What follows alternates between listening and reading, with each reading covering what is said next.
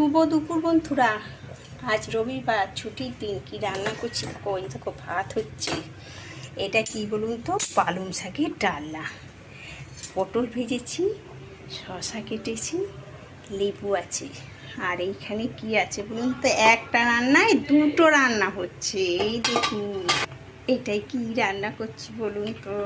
ঢাকনাটা খুলি, তারপরে দেখাবো। এই দেখো, চিংড়ি মাছ ভাপা। মাংসটা হচ্ছে ভাপে সেদ্ধ হয়ে যাবে। এই দেখুন, নামিয়ে দেখাচ্ছি। আমার অত চিকেনই বলুন আর মটনই বলুন খেতে ভাল লাগে না। আমার মনে হয় একটু মাছ হলে ভালো হয়। আজকে চিংড়ি মাছ নিয়ে এসেছি। চিংড়ি মাছটা আর ভাতে আর দিই না, মাংসটা হচ্ছিলো ওইতে বসে দিয়েছি, হয়ে গেছে চিংড়ি মাছ ভাপা।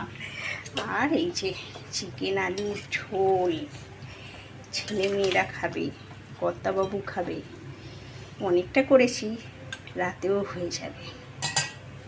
আর ভাত তো হচ্ছে, পালং শাকের ডালটা হয়ে গেছে। সব কিছু চলে আসো, কে এইভাবে চিংড়ি মাছের ভাপা তৈরি করো, আর কে খেতে ভালোবাসো অবশ্যই কমেন্ট করবে।